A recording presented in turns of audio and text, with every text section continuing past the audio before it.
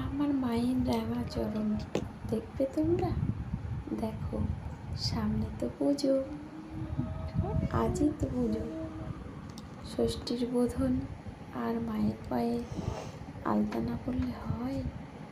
আর আমার এই মা তো সাজতে ভীষণ ভালোবাসে, সারাক্ষণ বলতে থাকে,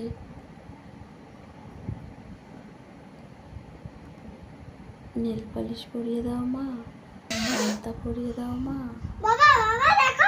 মেহেন্দি লাগিয়ে দাও মা। আমার মায়ের রাঙা ছোট্ট ছোট্ট